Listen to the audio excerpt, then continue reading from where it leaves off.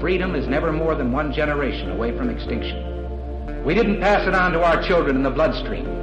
The only way they can inherit the freedom we have known is if we fight for it, protect it, defend it, and then hand it to them with the well-taught lessons of how they in their lifetime must do the same. And if you and I don't do this, then you and I may well spend our sunset years telling our children and our children's children what it once was like in America when men were free.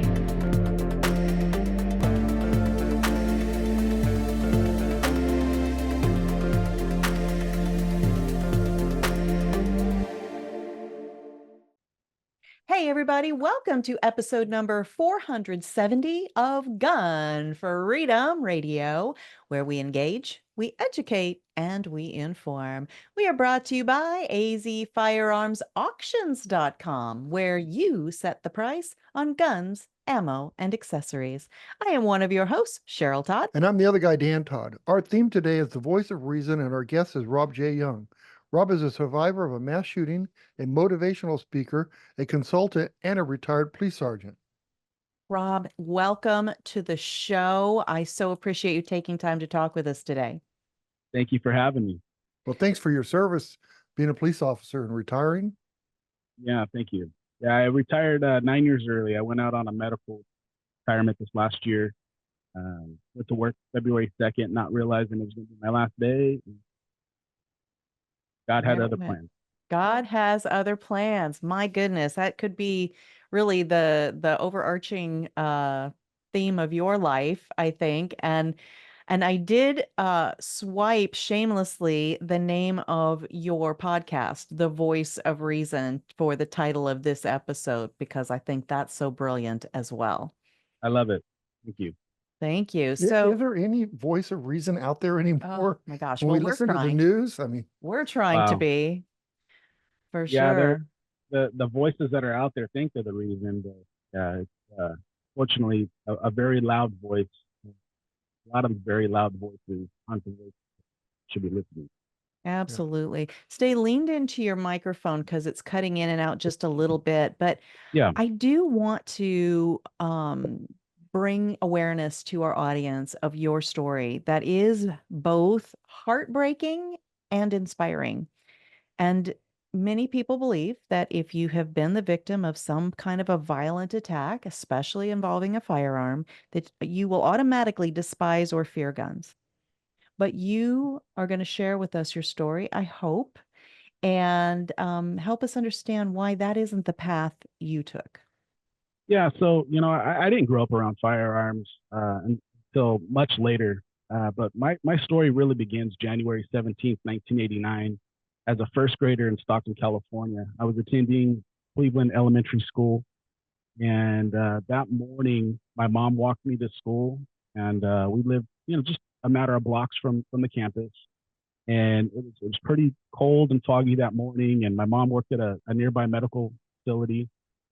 And I remember her telling me that she just had like a gut feeling, just a bad feeling on not sending me to school, but really couldn't justify those feelings.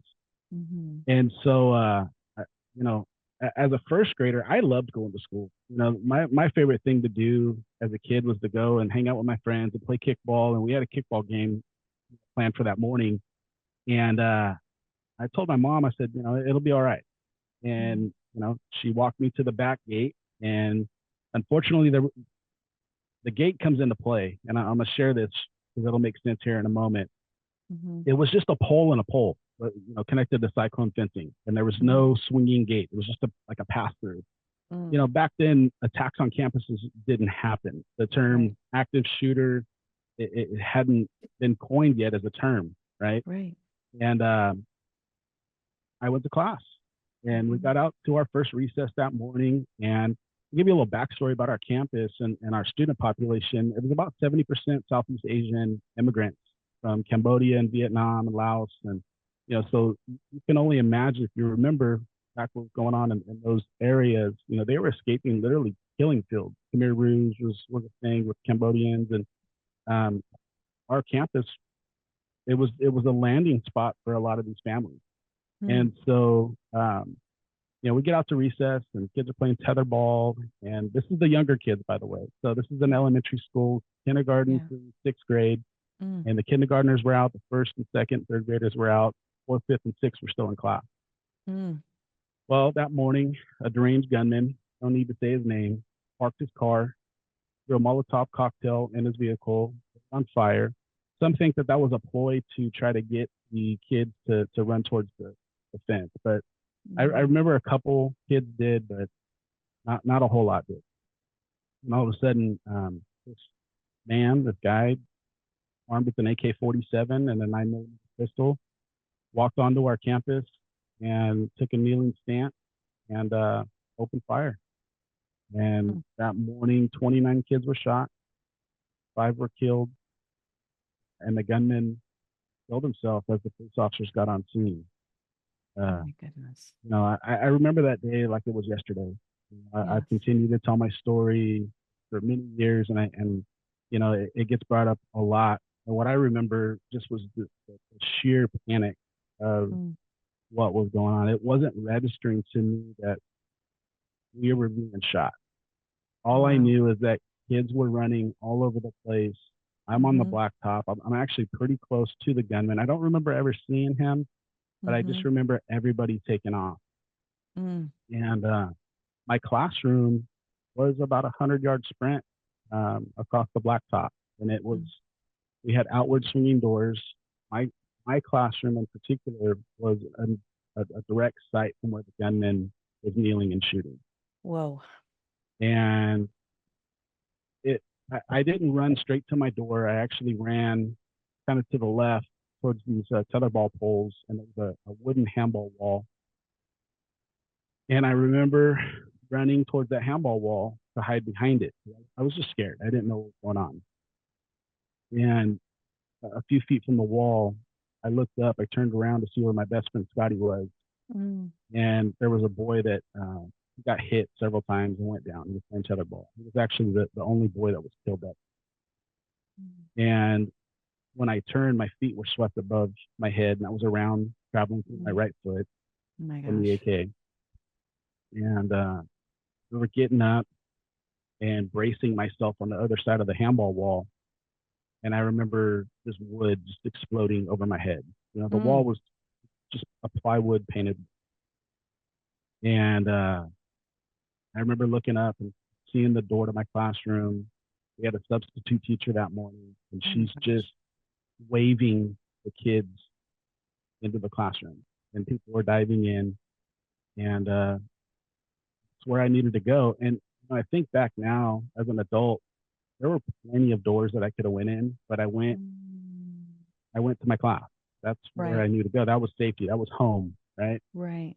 And it's funny, I teach classes now on active shooter, and I know we'll get to that here in a minute, but there's a percentage that we always talk about, the FBI put out, and it's 85% of the untrained persons will escape out of a familiar entry or exit, right? And I did exactly that. I fit that percentage. Sure. And gunfire's still erupting. I'm running. I was lucky to have gotten there. And I will rewind when the round hit me in my foot. It went through my foot. When I was on the ground before I got up, I actually had another round hit the pavement in front of me and bounce on my chest. I was actually hit twice. And so, I kind of hobbled. I got to my classroom, and again, there was no training back then for this type of incident. There's nothing. And all she did was, the teacher, she told us to get under our desk. That's all she did. And brace ourselves. Right? And I remember sunlight coming through the wall. I remember the drywall dust floating through the air. Everybody screaming. I don't want to get too graphic, but the smell of blood and iron and just, it was very real. And those are the things that I remember. Those are the things that I don't think I'll ever forget. And I got under my desk, and I put my hands over my head, and it seemed like forever before that last round went off, and I was the gunman in the fight. Wow. And I remember sitting up, and I didn't come from a lot of money. We didn't have a lot of nice things, but Christmas had just passed, and I did get new shoes. And back in the the 80s, if you remember the LA Gears. I had LA Gear tennis shoes on. Yep. And I remember looking down and seeing my foot. And again, remember, it wasn't registering that we had been shot. So I look down and I see blood coming out of my shoe. And I see blood on my shirt. And I'm sitting, I'm very confused. I'm like, what is going on? Again, I'm 6.5 years old. Yeah. And my friend Scotty, yes, the kid that I turned to look, he's sitting next to me, he kind of scoots over. And I said, Scotty, look at my foot. And he said, Robbie, look at my leg. And he pulls up his pant leg, and there was an entrance hole in the thigh, and the exit wound could probably fit a lemon into it. And it dang near blew his leg off. And he wasn't bleeding a whole lot, and talk about vasal restrictions and all that. I understand it now, but we were in shock. And he said, Robbie, I think we're shot. Oh my gosh. And that's when the fear just started setting. Mm-hmm. And I remember, looking around, and the police officers finally started coming in, the fire department started coming in, and they're doing what they needed to do. And the paramedic came to me, and he starts cutting off my clothes and starts, doing what they do. And he's sticking me with IVs. And I had a tremendous fear of needles, and I bit the paramedic's hand. Oh. And in my mind, I think it was, if I stop him from working on me, then maybe this all goes away. Yeah. That was the logic of a 6-year-old. Sure. Yeah. And I'll never forget what he told me. He held my face and he said, young man, the fact that you're feeling pain is a good thing that you're alive. Yeah. I'm going to get you home to mama. And so, long story short, I was very lucky that the bullet that went through my foot did not hit a bone. They think the energy that was displaced and the fact that I was so young, my bones were soft and kind of flexed out of the way to allow the bullet to travel through and not hit anything other than flesh. And the round that hit me in my chest, it's still in there to this day. They decided not to take it out. There's no need. It had missed all the arteries in my heart and my lungs. I still have it. It's something I live with. Wow. My goodness. Well, thank you for taking us back to the worst day of your life. I hate that part of these kinds of interviews is that, to inspire us, to teach us, the rest of us, it's a heavy toll. It's a heavy cost to the person that has lived through it. And the fact that you would be willing to go back through that yet again. Thank you. I so appreciate that. Yeah. What about Scott? What about Scotty? What happened with him? So Scotty, I still talk to Scotty to this day.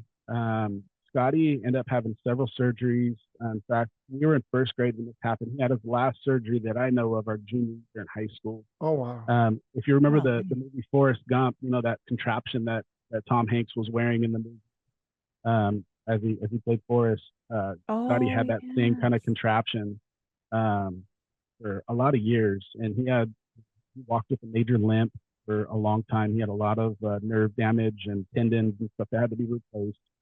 But I will say that our senior year, he walked across the stage unassisted normally.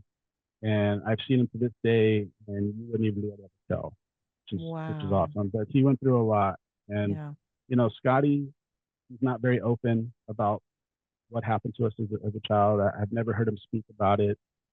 I just took the approach of talking about it more, and it's really been how I've healed. It's being able to tell my story, not as a spotlight thing for me. It's not a limelight thing for me. It's an impactful story on many different levels because it's a story of survival, it's a story of hope, and I've never blamed the gun for what happened to me. And that shooting is what sparked California's first assault weapons ban. It's still talked about in legislative hearings to this day. It was brought up in Washington, D.C. after Sandy Hook. I worked with Gun Owners of America back then to introduce a pro-gun bill that would have allowed school district officials to be able to carry firearms They have a CCW, they'd be able to carry on campus while they're working. Unfortunately, that bill failed. But, we're trying. Yes. And it's something that I've dedicated my life to, is to bring, thought about gun control and the fact that seconds matter. Yes. I tell my story, and I remind people that 29 people were shot, 5 were killed, the gunman was dead as the police officers were getting on scene. Yes. Yes. And they didn't, they weren't dilly-dallying. They were hurrying. They were getting there as fast as they could. And they were still. hurrying. Yeah, I have the radio traffic from that day. I'm one of the only people that has it. And you can hear the urgency in their voices as they're getting, and the confusion of shots fired at Cleveland, like children down. Right. What are you talking about? Right. And it was just, it was an important day in history. It really was. A lot of learning. Everybody talks about school shootings and active shooters, and they're like, oh, Columbine. School shootings, the first documented school shooting was like 1764, I believe, back in Pennsylvania. These things have been happening for a long time. Yes. But when these things happen, anti-gun legislators are so busy blaming the gun and wanting to ban firearms, like guns are just going to disappear, and the criminal element is going to adhere to their unconstitutional ruling. Right. Correct. It's already against the law to shoot at a school. So kill babies on so campus. What do they think that's going to accomplish? They're just, I don't like to say the word idiots, but they're just not using their brain. They're not using common sense, and I know we have limited time, so I'm going to jump right into it. But my story came full circle in 2013, because I became a police officer at the age of 21. And I started my career with the school district police department in Stockton, the same school district police department that patrols Cleveland Elementary School and 55 other schools in 60 square miles within Hamilton County. And in 2007, I transferred to the Union City Police Department in the Bay Area. And we were located about 15 minutes outside of Oakland in the East Bay. And, there's a lot of crime there. So, but in 2013, August of 2013, I responded to the reports of a gunman who was walking through a neighborhood in our city, armed with a long gun and a machete, and shooting at passing motorists and people walking their dogs. And I am 4 blocks away. It happened. I heard the gunshot going off, and I responded. Ultimately, was one of 6 officers who confronted the gunman, shot and killed the gunman after some dialogue. And so my story comes full circle. And again, I'm like, what do I need to do now? Because here I am with this story of being a victim, one of the very first mass school shootings, and now I'm a police officer who responded to an active shooter. Yes. And it didn't really fit any narrative, so it didn't really hit the news. However, it's still my story. Yes. And I chose to use it to hopefully inspire thought and motivate people to training. Yes. And the fact that it really is just a tool. It was a tool for good in your hands. It was a tool for evil in these other men's hands. And how that gets lost in all the emotional rhetoric, to me, is such a, at minimum, it's a head scratcher, right? I mean, at maximum, it's endangering our children because people get so locked up on the emotional end of it. And to think that if the law that you were trying to work on could pass in California, like many places across the nation, and we can have armed response on campuses, trained armed response on campuses, how much quicker people can react. The teacher that was standing there waving kids in. Yeah. What if she had been trained and empowered to actually engage and stop the threat? Or even medical. And then the medical end of things, a tourniquet can save a life that otherwise needlessly is lost because time matters. So I'm working with a group called Faster Saves Lives out of Ohio, that is, an armed response medical training for schools and businesses. I think you work with another group that's very similar. Yeah, I work with a company called Knowledge Saves Lives. Knowledge saves lives. Faster saves lives and knowledge and saves knowledge lives. saves lives. Yeah, and that group was actually started by law enforcement officers who were sitting around having a beer after work in a garage saying, how do we make schools safer? It was about 14 years ago. And that company has grown to about 52 consultants statewide. Wow. And we're conducting these active shooter lockdown, site-specific lockdown training. We don't train kids, we train adults to lead kids. And schools have been our number one customer. We work in healthcare facilities, we work in other businesses. We're not just focusing on schools, but it's one of our main customers. And it's empowering for me because like I said, I was medically retired last year, 9 years early. And I was like, what next? How do I continue doing this? And I had been sharing my story at different conferences and events, nationwide for a couple of years now. But this company and we really collided. And I'd been teaching active shooter response to both law enforcement and civilians. I'm also co-owner in a company called Modern Warrior Training Concepts, which we focus on the same type of trainings, but we specialize in churches. Because of the attacks, there was a need, and that company started. But with KSL, it's been awesome. I've been able to conduct a lot of trainings. We did 89 trainings last August, last year, and this year it slowed down a little bit. I think a lot of the funds and COVID money are kind of drying up for different reasons. Schools aren't as active as they were last year. There's a lot of laws that are changing here in California that are making companies and businesses and organizations go through these trainings, and that has something to do with it. Is they're waiting for this law to be solidified.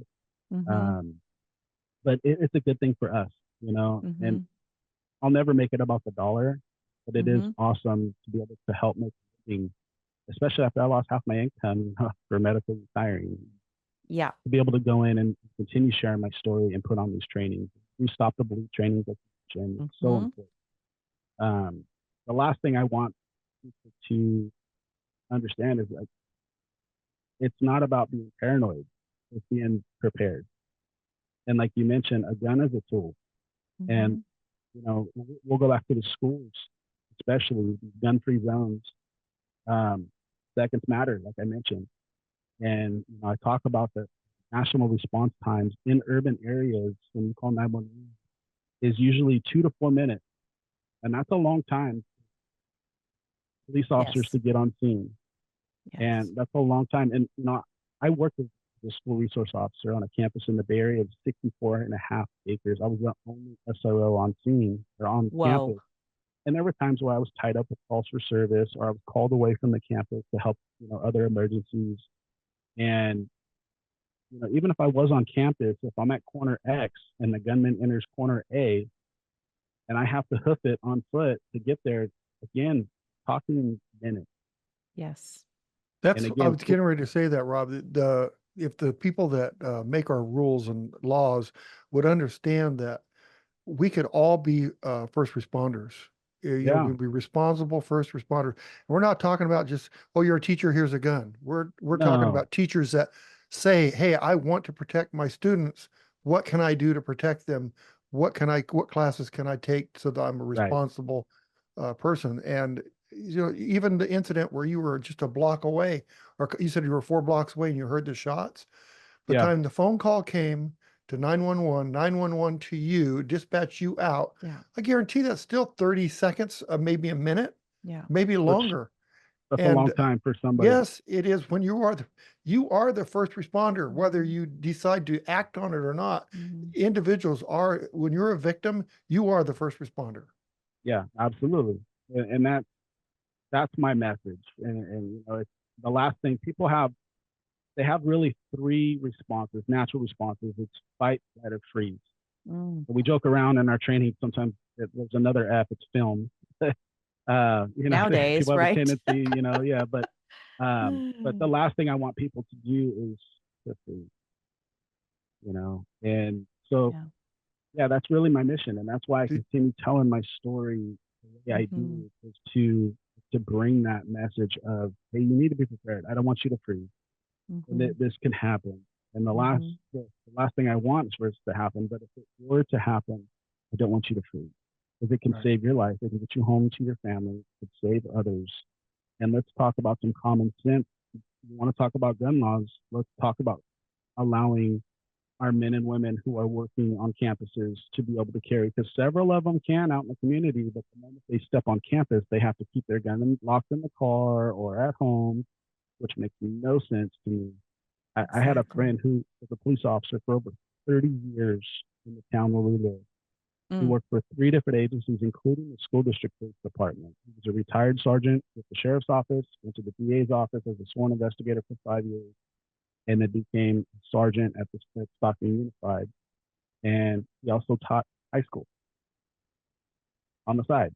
And when he retired, he can't, take his tool carry with him. That's part of his wardrobe, that it's a life-saving piece of his wardrobe. And I that they're making him leave at home. It's like, make it make sense. That's my point. Make it make sense. We've been doing interviews and watching this for years, and I have never heard of an attack on a school where they said our teachers are armed.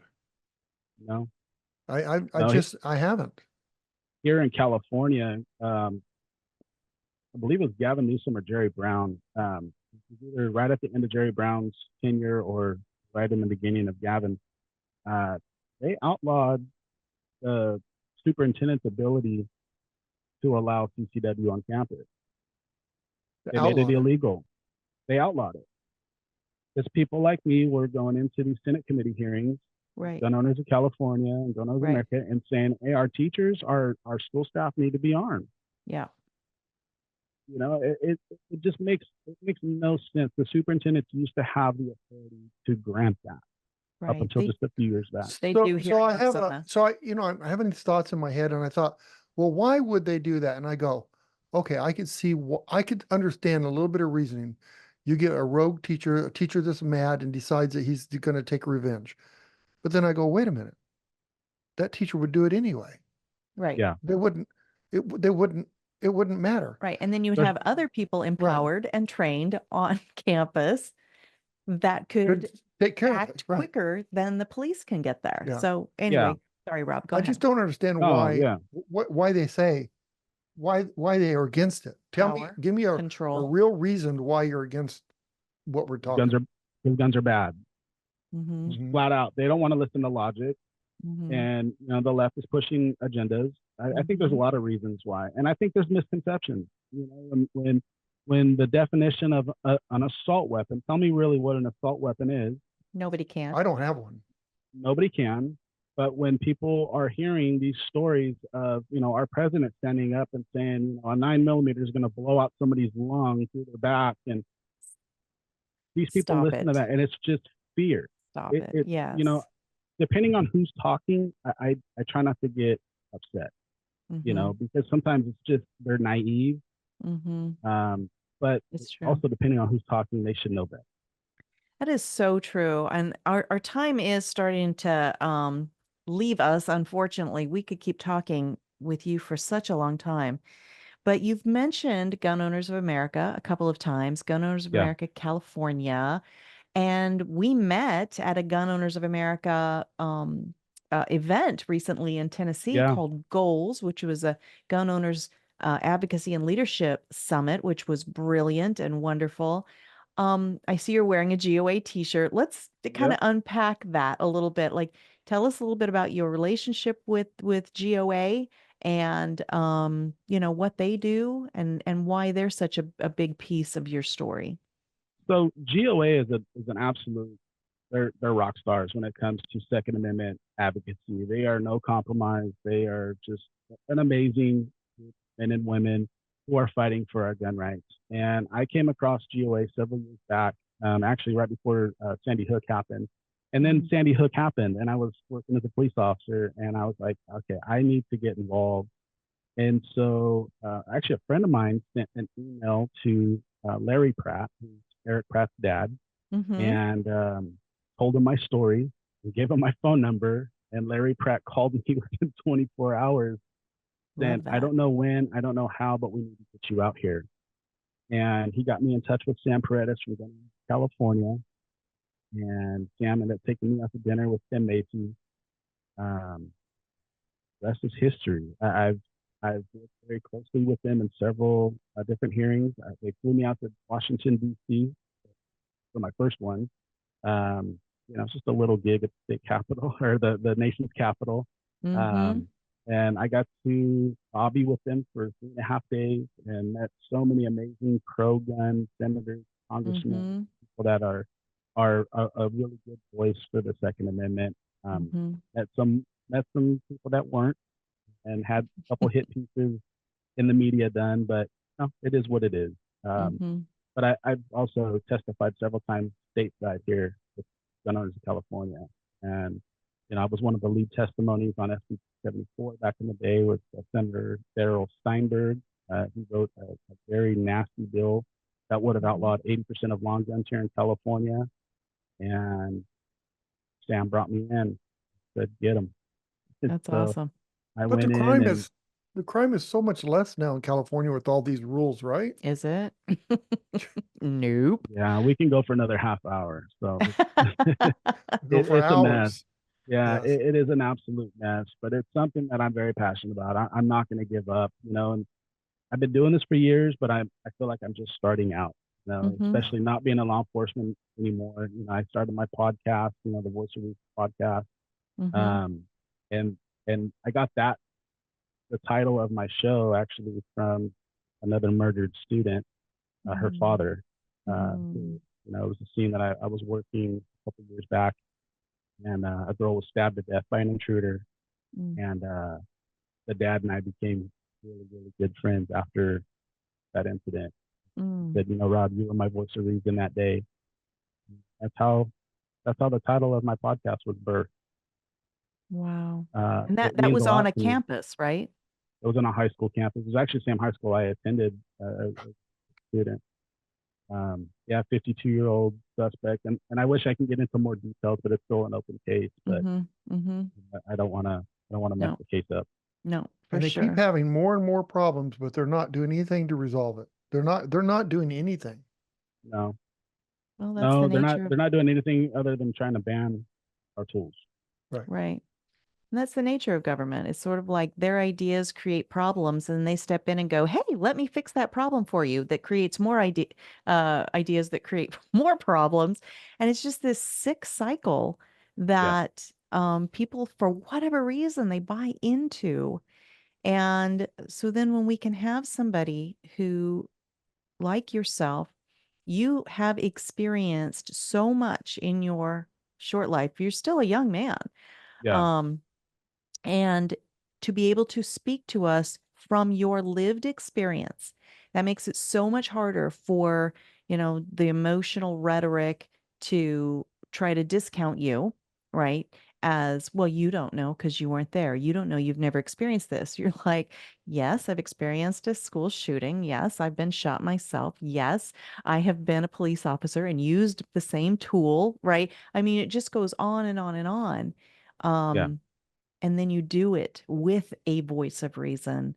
I'm so thankful for you, and I'm so glad that we had a chance to meet. And I want to have you back on again and keep unpacking, because this our story, right? The nation's story, the story of whether good triumphs over evil. That's still unfolding every day. Yeah, it really is. And I think that you've got lots more that you can share with us. What do you do that people can, support, that people can help? Like, as you said, you were suddenly medically retired, and it's like, wow, that really hits the pocketbook hard. There's always people out there that want to help. Is there something about your podcast that people can do to be impactful? Just tell us about that. Yeah, I mean, just like and subscribe to my podcast. We're on Spotify, we're on Apple Music, Amazon. It's a recent podcast with Rob Young. It's a new podcast. I only have 5 episodes out. I just started season 2, started filming. I'm trying to put out a really good product. So I could put out more content, but I'm looking more quality over quantity at the moment. But I'm also speaking, and I'm really trying to establish myself as a professional motivational speaker and make a living doing it. So if you know of any conferences that use a story like mine, we can talk. I've done it free and I'll continue doing it for free, but if I can also find paid gigs, then absolutely, let's do this, because I do have a family, a 6-bedroom house to pay for. Ooh, in California. Yeah. And so, that's like a 1-bedroom shack in Arizona. Yeah, but I'll tell you something. God has been very faithful. I am a man of faith. I'm not overly religious, but His hand has been very evident over my life. Rob, I really feel that God has a plan for you. I mean, you're not He may be working you right now doing what you're doing with your podcast, but you definitely, your experiences it's God taking you somewhere. Yeah, I stand on the scripture, Romans 8:28. All things work together for the good for those who love God and those called according to His purpose. I really do believe that I'm living out my purpose as a speaker, as a survivor. Absolutely. Amazing. I'm just so happy. I just have to share this little story. So we were both in Tennessee. We hadn't met each other yet. We were at the Goals event. My daughter and I are fussing around trying to take pictures of my sparkly patriotic shoes with this wall of like balloons and things. And then you and your beautiful wife walk up and you want to use the same wall. So, we don't even, I could kick myself that I didn't just stick my hand out and say, "Hi, I'm Cheryl Todd," and get to know you. So later I see that you had posted pictures on Instagram and I was like, "Oh my God, that's the guy." That's the guy. And so then through the powers of social media, we meet, not because we're standing 2 feet from each other, but and then happened to meet in the lobby of our hotel and had an amazing conversation, not only just each other, but just our group. The people that attended that event, so awesome. I'm so looking forward to next year already. Me too. It's just the best people you'd ever want to meet in your life. And the enriching, the people that you meet there enrich your life as you have enriched ours. And I just thank you so much for everything. And tell folks one more time as we close out, anything important we forgot to share, and also how they can follow you. Yeah, you can find me on Instagram at Rob James Young. As I did. I'm on Facebook at Rob James Young Official for my professional pages. I'm on X also with Rob James Young. And you can email me at thevoiceofreasonrjy@gmail.com. Reach out anytime. Get a hold of me from Cheryl. She has all my contact info. Please do. Again, if I can be of any assistance to any event, Second Amendment related or not, that you think my story can be impactful, let me know. I'm up to traveling. I love traveling. In fact, I'm getting ready to fly to Denver tomorrow, and I'll be there for my birthday. So I'm speaking at a conference. So I love doing that. I love meeting people and networking. And please get a hold of me. Fantastic. Thank you so much, Rob Young, and God bless. Rob, thank you very much for sharing that story. Yes. And we'll talk again soon. Yes. Okay, bye-bye. Bye-bye. Wow. I wish people would wake up. Me too. Just wake up and realize that there are solutions to these problems. I mean, look at California. Look how many incidents they've had, and all they want to do is take our guns away instead of really looking at the root of the problem and solutions that, like I said, who's going to go in and cause damage to a school when there's a sign out front that says our teachers are armed and protected? Yeah, as a matter of fact, here in Arizona, one of the schools that our group, so Arizona Citizens Defense League Foundation, I'm the president of the foundation, in full disclosure. Our mission is to bring Faster Saves Lives to Arizona, similar to Rob's Knowledge Saves Lives in California. And one of the schools that we just recently trained did invest in a very large banner that is hanging on the front of their school that says the words to some effect that this is a school that has employed, trained staff that is armed. And of course, we loved that. That felt very, supportive of what we went in there to do.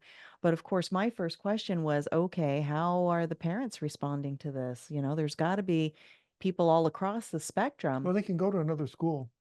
This is true because here in Arizona, you can pick your school. But the superintendent and the principal said it has been absolute, overwhelming, positive response. And particularly the day after the most recent murderer walked onto a campus and, um, you know, started shooting at people.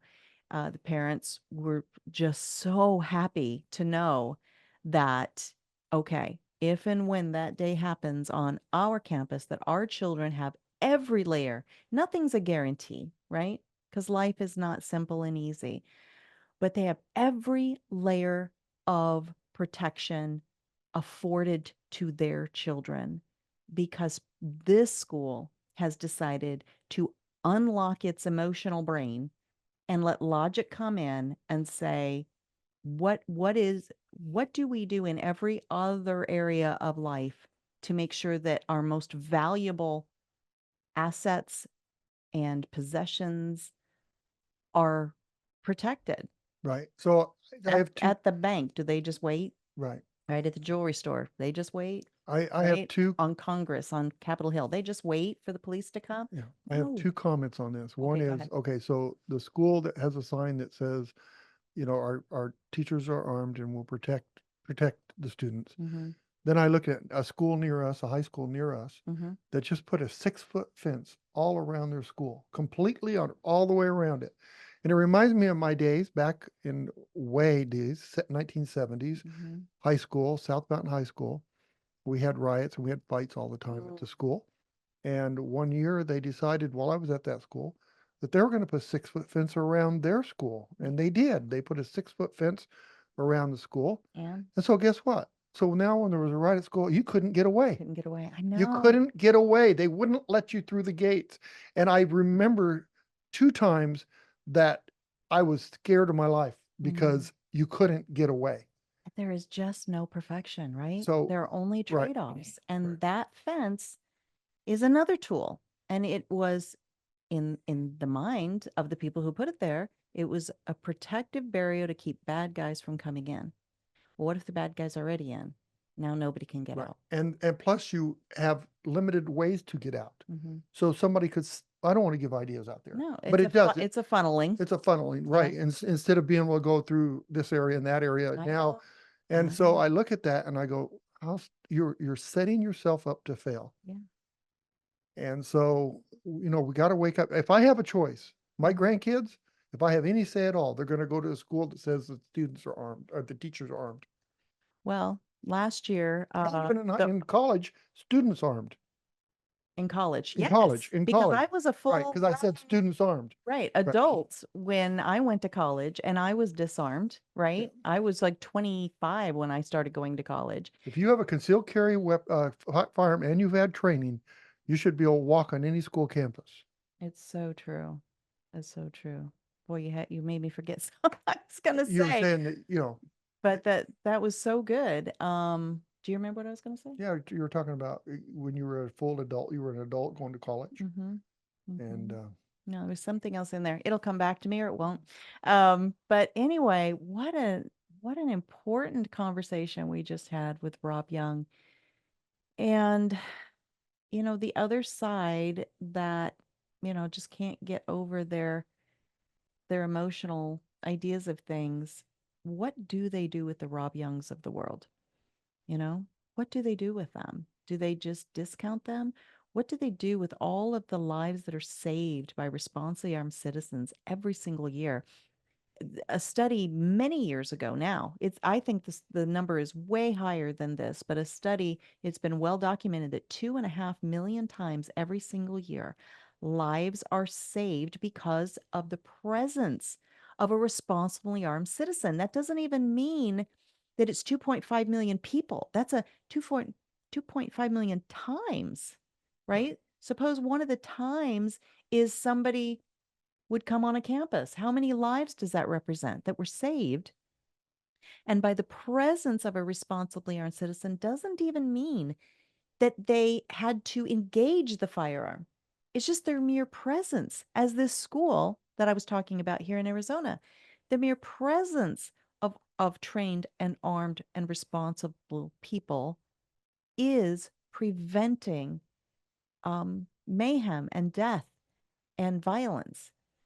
So I just I sometimes you have think to I'm believe crazy. that logic will eventually win out. What's that? Sometimes you think I'm crazy. Sometimes Okay. you think I'm weird. Okay. And so let's very weird. use the crazy side of me. We'll use the crazy side. Okay. And there's two schools. One has a sign that says the teachers are armed, and one doesn't. Mm-hmm. Even a crazy person's smart enough to know they're not going to go to the armed school. So that is an excellent point you just made. And just for the record, when I say you're crazy, it's in all the best ways. Right. But Crazy in love with you. yeah, exactly. But that's one of the things with these mass murderers. They're not crazy in the sense that they don't walk into the middle of a place that they know people are shooting back. They don't walk into the police stations, right? They walk into, in Rob's case, it was onto a campus of kindergartners and first graders. The entire campus, the oldest student there was sixth grade. There's nobody that's going to be able to defend themselves and shoot back. So he wasn't so crazy, this murderer. And he didn't even go on He can campus, figure really. that out. He stayed on the side. Yeah. So they are good cowards though, but they go, okay. From what I understand, it's like they go, we have, I have 85 rounds of ammo. How many can I kill before I kill myself? Mm-hmm. That seems to what they think. Mm-hmm. I could be wrong with that. So it's like they want to go where they can get the most damage before they kill themselves. Especially with all the media attention Right. that these shootings. And I'm glad that he didn't mention the names of those shooters. Yeah, I agree. Either one of them. So. I agree. All right. Well, we got to start getting on out of here, but I just want to thank Rob Young again. I want to thank all of our viewers and listeners all over the planet, wherever there is internet, we have viewers and listeners. And as Rob said, the way you can support the work we do is to like, subscribe, share, right? And hit the notifications buttons. That helps tell those platforms that this is important information, that this is something that you like yourself, that you have a group of friends, your sphere of influence that would also like. You're eager to get the next episode and you want to know immediately when that happens. And so that is very, very powerful. There's one other powerful thing you need to mention. What's that? Well, it's October 11th. We're less than a month away from votes. Gosh. You get off your butt. Get off your butt and vote. Yep. There are so many people that are in the Second Amendment and firearms owning world that aren't even registered to vote. It makes me crazy. There's that crazy word again. Right. That people are not even registered to vote. And we just sit at home and we let other people who hate us, hate our firearms, hate our tools of self-defense, hate our rights, make decisions for us. And it's unacceptable. We need to get out there and vote. All right. Gosh, where do I start? I want to be sure that we tell folks about some important people that support us. I'm going to get a grip with lockedingrip.com. This is a liquid shooting sports chalk that has a no slip, better traction, heightened connection for safer, right? That's important. Safer, faster shooting. This is created by some good friends of ours, lockedingrip.com. Get some for yourself and your favorite range buddy. Also, if you do ever have to, God forbid, be involved in any kind of a self-defense shooting, the first person that you need after that the police show up is a good lawyer. Attorneys on Retainer. We are clients of Attorneys on Retainer. If you go to our webpage, you go to the homepage of GunFreedomRadio.com, scroll down, you will find the link for Attorneys on Retainer, and they will take over from there. If you ever have an incident, you say 0 things, you make that phone call, you let them handle everything from that point forward, because it's not like the movies where you get to walk home in the sunset with your firearm. No, the police show up, they process you, they remove your firearm because they got to sort it out later. Attorneys on Retainer. They might even arrest you, even though it's That's a true. clear cut. They That's may true. arrest you. Absolutely. Just That a happens formality very often. thing. So. All right. And we love America and we love American-made products. So your chance to help support American jobs on American soil, buying American-made products, is right now. Please take this as your invitation for this private invitation-only shopping club that is helping Dan and I and millions of families across the nation cut the cord on those big stores, those big conglomerates that use every dollar you spend to diminish your freedoms. Please join patriothousehold.com/GFR to buy your shampoo, your laundry soap, your delicious snacks, even amazing ground beef products, right? Roasts and steaks. They have Riverbend Ranch steaks, amazing products. You set your order and forget it like I do, or shop as you need it. It shows up on your doorstep. Couldn't be any more convenient. And every dollar you spend helps support the Second Amendment Foundation and the work that we do.